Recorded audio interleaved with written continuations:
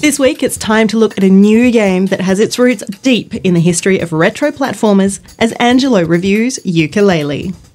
Meanwhile, Jonny goes head-to-head with one of the most powerful women in sci-fi, Tricia Helfer from Battlestar Galactica. This is Player Attack.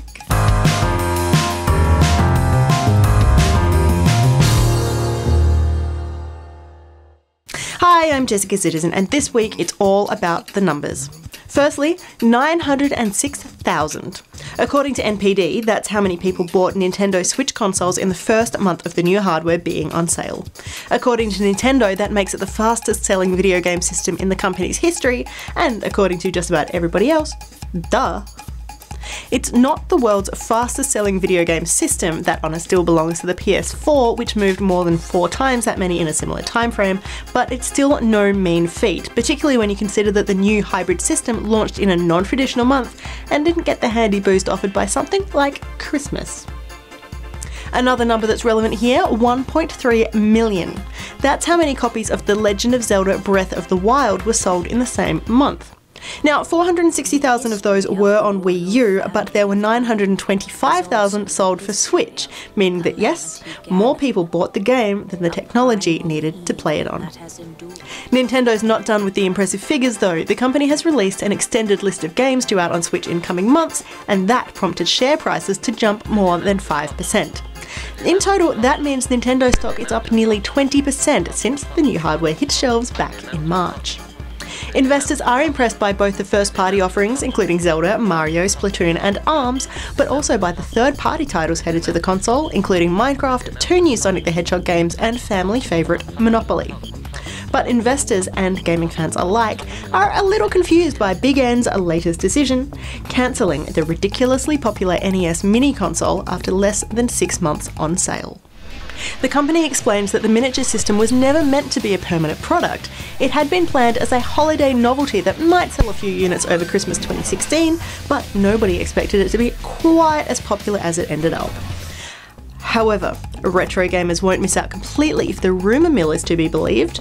Sources close to Nintendo have suggested an SNES Mini may be on the way in a few months.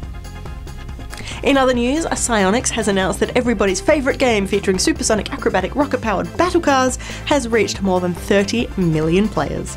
The recently released retail version of Rocket League contributed 1 million sales or so to that figure. And that number is set to grow too, as Tencent confirms it is working with Psyonix on an all-new free-to-play version of Rocket League made specifically for the Chinese market. Remember, Rocket League launched for PC and PS4 back in July 2015 and is now available on Xbox One, Mac and Linux as well, while the developers work out what is required to bring the game to Nintendo Switch. In quick news, it looks like those rumours were correct, with Activision and Sledgehammer Games revealing plans for Call of Duty World War II set to arrive in November. It's a symbolic return for the franchise, heading back to the old Battlefront after nearly 10 years. We are promised a standalone co-op story as well as traditional multiplayer, and you can expect to visit some pretty iconic World War II locations, including Normandy on D-Day, as you work through a campaign that sounds like it'll be all about brotherhood. Call of Duty World War II is set for release on November 3rd. Whenever I smell asphalt, I think of Marine. That's the last sensation I had before I blacked out. The thick smell of asphalt.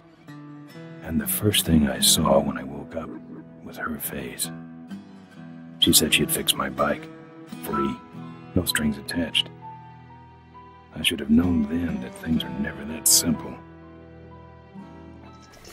Delighting adventure fans worldwide, Tim Schafer's classic Full Throttle has been fully remastered and is available now for PC, featuring all new hand-drawn and 3D artwork.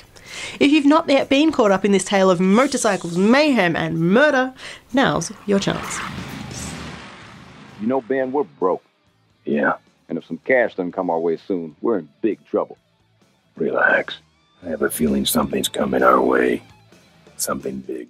That amazing looking project that put the Red Dead Redemption map inside the world of GTA 5 has been cancelled. Even though a number of Rockstar Games developers have admitted to being big fans of the mod, publisher Take-Two had a different opinion, slapping the modders with a cease and desist order, as well as instructions not to release anything relating to the project. Bucking recent trends, Ubisoft has announced not one but 2 new development studios, with offices opening in France and Germany later this year. Both studios will focus on AAA multi-platform development, with the new Berlin office working closely with the Settlers developer Blue Byte, while Bordeaux will collaborate with the publisher's 4 other French studios in Paris, Lyon, Annecy and Montpellier. Trademark registrations are always fun, and Bandai Namco recently filed for a handful. One of them was for Code Vein, which has since been revealed as a dungeon exploration type hard action RPG from the team behind God Eater. If that doesn't grab your attention though, this one might. Pac-Man Maker.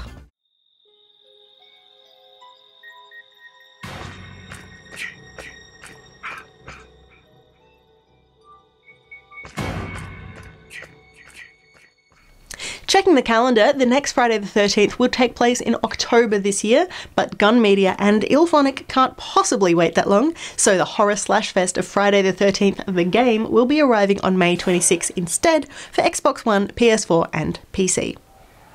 And finally this week, StarCraft. The original game, first released back in 1998, has just been patched to version 1.18. This is the first official patch for the game in nearly 8 years, and even though that's pretty exciting, there's something even better. As part of the StarCraft Remastered festivities, the classic game is now available to everyone for free. Go check it out and see what all the fuss is about. Someone who obviously knows exactly what the fuss is about, South Korean presidential candidate Moon Jae-in. As part of his campaign, he has just released not one but 2 custom maps for StarCraft Brood War. Sure, they're not the most complicated of designs, spelling out his name in minerals, but this is one of the best cases of knowing your audience that we have seen in years. For more information on any of these stories, or to keep up to date with the latest gaming news, head to playerattack.com. But for now, stick around, we've got plenty more still to come.